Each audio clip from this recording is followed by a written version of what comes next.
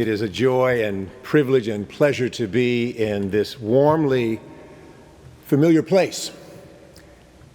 I'm thankful, of course, that I'm able to be with you, even though it is in the most unusual of circumstances, and we trust and pray that the day will yet come when we can once again gather face to face, heart to heart. The passage that was read in your hearing this morning from the book of Esther is drama writ large. We see that all is not well in the kingdom, for a vile man named Haman, the king's chief of staff, despised Mordecai. Haman devised a plan to kill all the Jewish exiles in Persia. Now, it's important to know this about the king, Xerxes, Ahasuerus. The king was not an attentive person. He had a short attention span.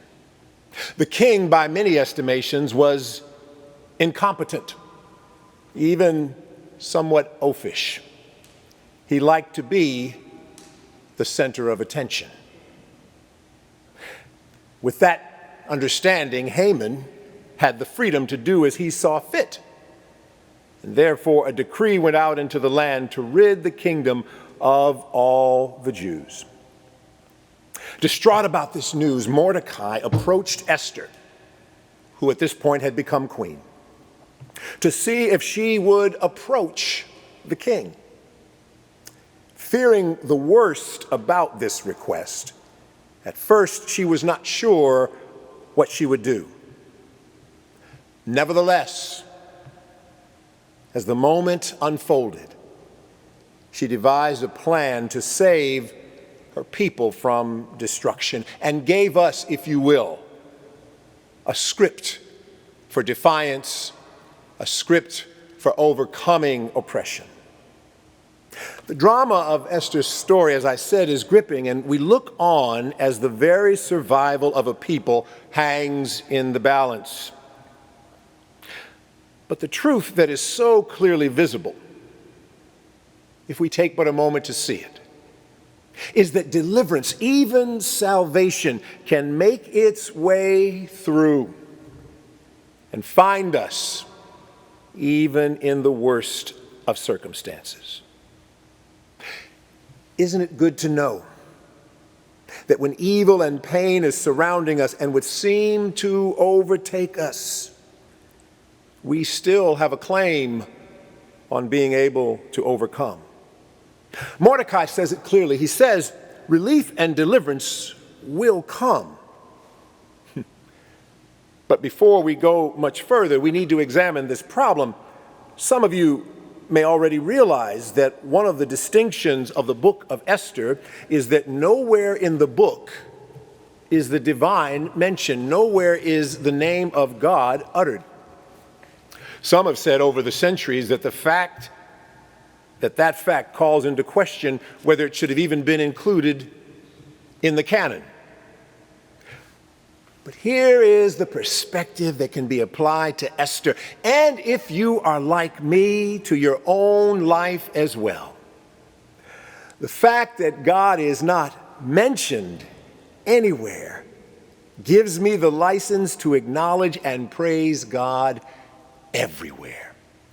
The psalmist said, from the rising of the sun to the going down of the same, the Lord's name is to be praised. So therefore, I see it as this, that we now have permission, no boundaries, to see God's hand in Esther's story, and fortunately in many other places as well.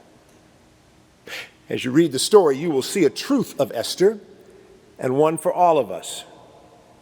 And that's this, that the strength of our testimony, the report we bring from the mountaintops and valleys of our journey, is who we are. What a wondrous thing to look over our shoulder and see the moments and circumstances that we at the time may not have understood or discounted as unimportant, or even those things that may have frustrated us or were painful or having been a part of our shaping and molding. Perhaps, as Mordecai would say, we've made our way through those moments for such a time as this. It surely may help when I'm groping through the valleys of my life to remember that God is now with us. But God's means of preparation, as we see it in Esther's life and in so many others, can confound us. Here are a few examples. How could it be that a young intellectual born into a prominent Atlanta pastor's family, capable enough to enter Morehouse College at 15, earning a doctorate in systematic theology at 26, how could it be that he would do anything but have a long and productive career in the genteel world of academia? How could it be that a young Dietrich Bonhoeffer, celebrated pastor and theologian in Germany, enlightened indeed by his time in Harlem, would do anything but find refuge during the war and write and teach far from Hitler's terror? How could it be that a Rosa Parks, who would do anything but lead a life of quiet normalcy, would etch her way into our historic consciousness? Like Esther, maybe we begin with the desire to stay where things are predictable and comfortable. But thank God for the Mordecais in our life and the moments in our lives.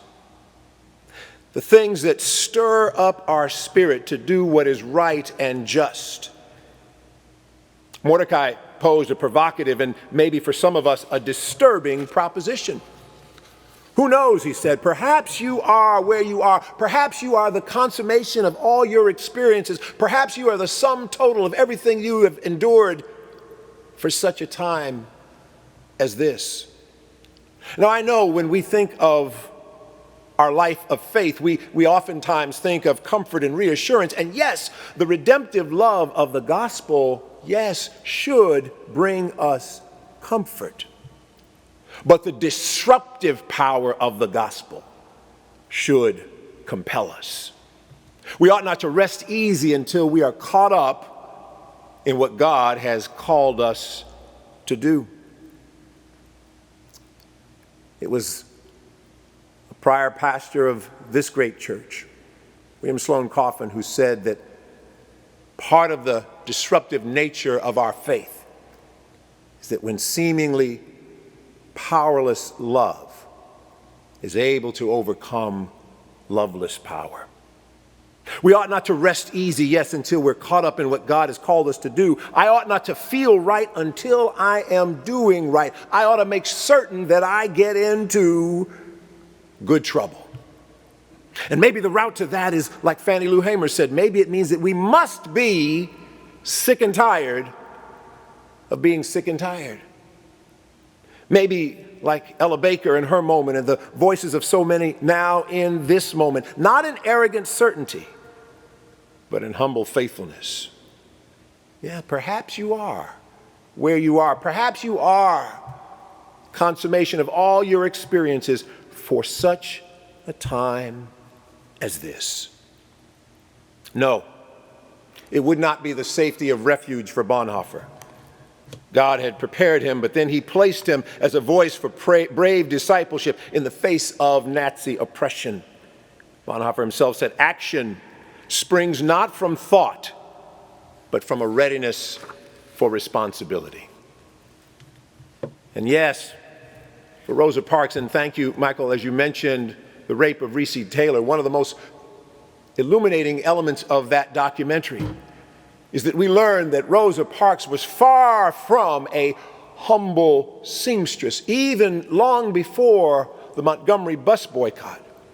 She was an organizer in the unrelenting throes of a segregated Alabama. She understood what it meant to speak truth to power. She understood what it meant for her life to be shaped and crafted for such a time as this. And oh yes, we know that Martin certainly could have taken his place in the ivory tower. We know indeed that he could have had a long and august career in academia. But we understand as well that he understood he was shaped and fashioned in his context for such a time as this. Yes, listen to Mordecai, but even more importantly, follow Esther. Silence is not an option. Going along to get along is not an option. Sitting this one out is not an option. Having comfortable Starbucks conversations over coffee about what might indeed be a better option is not an option. I'm not simply anchored in the past with these examples that I raised before you to make it seem as if though those are the only viable examples. But what I'm trying to make the point of is this. If we look over our shoulders, we see that those individuals, those persons, those moments that have shaped history, but even those that have shaped our own lives, have shaped and fashioned us, yes, to be a voice, to be a presence for such a time as this.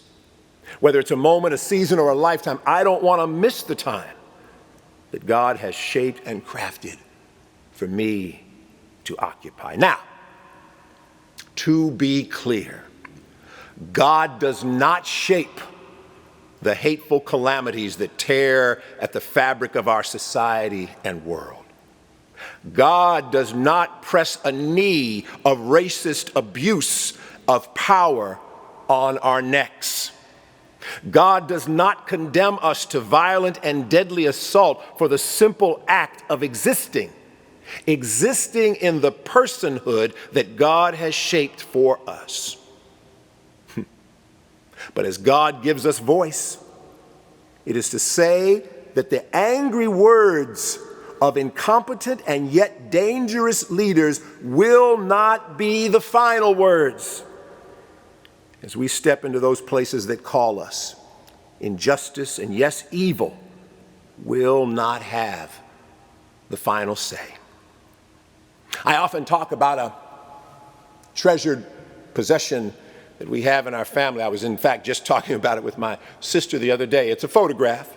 I've mentioned it before of my relatives, my ancestors. When you think about it, the photograph was taken at the early turn of the 20th century, and in the photograph are my grandfather, my great-grandmother, and two of my great-uncles, and they were living life, if you will, in Kentucky at the turn of the 20th century. And I can only imagine the measure of injustice, I can only imagine the measure of the weight of segregationist rule de jure and de facto as it pressed down on their lives. But I look at that picture often, and as I look at it, I consider their gaze.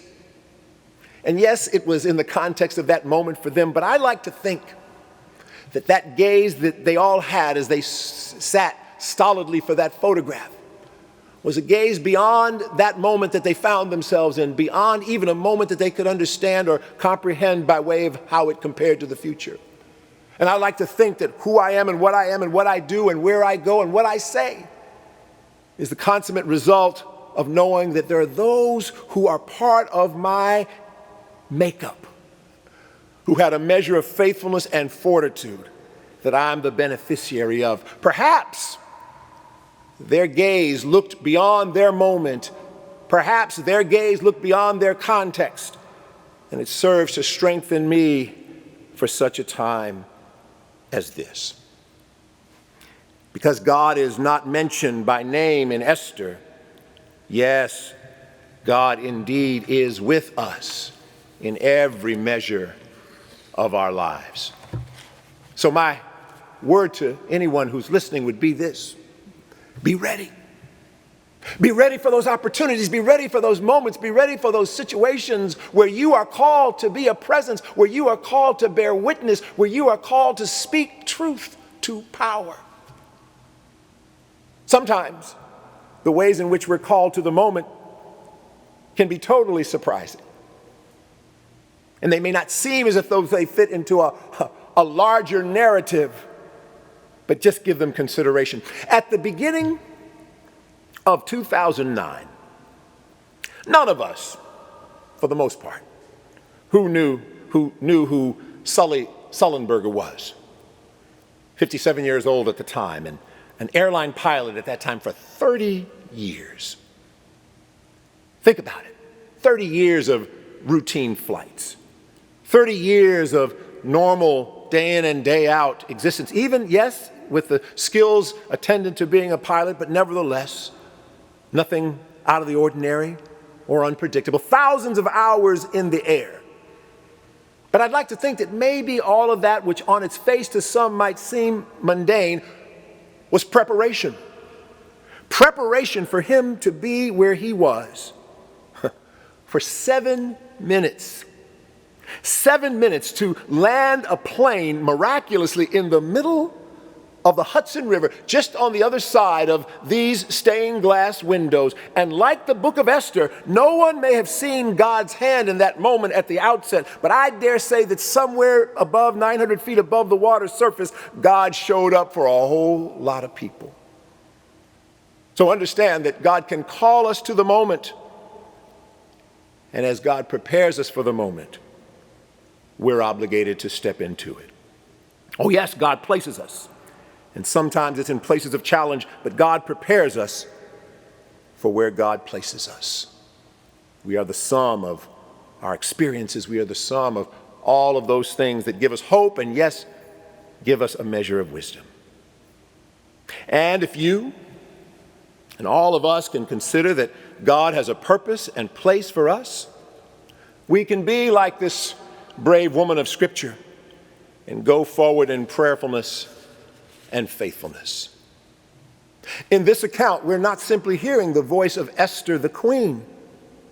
We're hearing the sum total of all the steps along her journey, a young orphaned exile, a victim of a biased and unjust system. It would have been fine by probably anyone's estimations if, with that context, Esther had lived her life in the shadows without any measurable impact. But that was not the intent, that was not the purpose, and that indeed was not the plan. I remember a few years back having the privilege of meeting Sabrina Fulton, the mother of Trayvon Martin. We were at an event and I was there. Our oldest daughter was with us. And I remember as we were exchanging niceties, and Sabrina Fulton looked at my daughter, and I think she came to the realization that my daughter, which she is, was the same age as Trayvon would have been at that point in time. And I remember she looked at my daughter and touched her cheek and spoke to her so lovingly. No one would begrudge Sabrina Fulton if, because of the immeasurable injustice and tragedy visited upon her by the murderous taking of the life of her son, no one would have begrudged her if she decided to step back into the shadows and endure grief and despair for the remaining days of her life. But as awful as that moment was, not authored by God, as awful as that moment was, she's allowed it to be that which has compelled her and propelled her into those places where her voice can speak to justice, can speak as an advocate for what is right, can speak to dismantling those systems that bear down upon us yet still. Perhaps, just perhaps, we are where we are for such a time as this. We are called to this moment. It's achingly naive to think that we have any other choice than to be present for such a time as this. When the very course of our nation is on the ballot, maybe we'd think that the prior measures of our lives would bring us to a place in this moment of being able to say we have no option other than to speak out by our vote, to speak out by our actions, to speak out by our commitment to what is right and just. Yes, we are all called to this moment. No matter what the measure of your past has been, we are here now in this time and in this place together, and we do not have the luxury of looking elsewhere. Oh yes, indeed, Esther wanted to step away initially. She thought it was too ominous. She thought the prospects were too overwhelming. But something unfolded.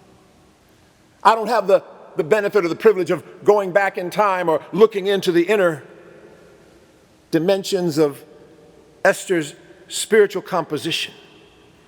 But I dare say that somewhere along the way, somewhere between Mordecai's exhortation and Esther looking inwardly, she came to the realization that she had no option other than to stand in that moment and in that place.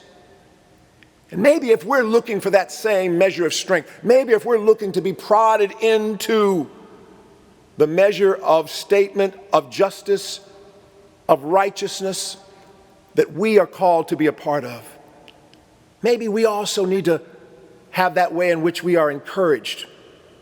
Maybe we need to remember that most of all and above all, God is still at work in our midst. Even if we find ourselves in valleys, God is at work. Even if we find ourselves in seasons of despair, God is still at work in the world and in our lives. Yes, the best news is still the good news. That God has made God's way into the intersection of human activity to outpour presence and redemptive and restorative love and justice and mercy, so that what is now can give way to what God calls us to do and to be. I don't know about you, but every now and then I've got to make the acknowledgement that I just can't keep quiet. People say for a Baptist preacher that's second nature to not keep quiet. But I'd say this, that sometimes when I look around and I want to hang my head in despair, sometimes when I look around and I want to throw up my arms in disgust, sometimes when I look around and I just want to be deflated because of all of the evilness, the vituperative ugliness, the arrogance that pours out of the television day in and day out. But then I realize I don't have the option of being quiet. And as ugly and as self-centered and as spiritually hollow and as petty as whatever we might see emanating on a regular basis from the highest offices of power in this country, I submit to you, I've got something better. I've got a fire shut up in my bones. I've got a fire that won't let me keep quiet. I've got a fire that calls me to get into good trouble, yes, for such a time as this. Lucy Eddy Campbell, earlier in the 20th century, wrote a wonderful hymn that always reminds me that I can't keep quiet. I can't be still, that I'm called to the moment. And one of the refrains in the hymn is, have you that something, that burning desire? Have you that something that never doth tire? Oh, if you have it, that heavenly fire, then let the world know that there's something within. And let your testimony be something within me that holdeth the reins, something within me that banishes pain, something within me I cannot explain. All that I know is there's something within. For such a time as this, there's something within. Evil will not have the final say. There is something within, because the God of all creation can find you in the valley. The God of all creation can find you in the furnace. The God of all creation can find you in the wilderness and promise to abide with you yet still. All that I know is there's something within.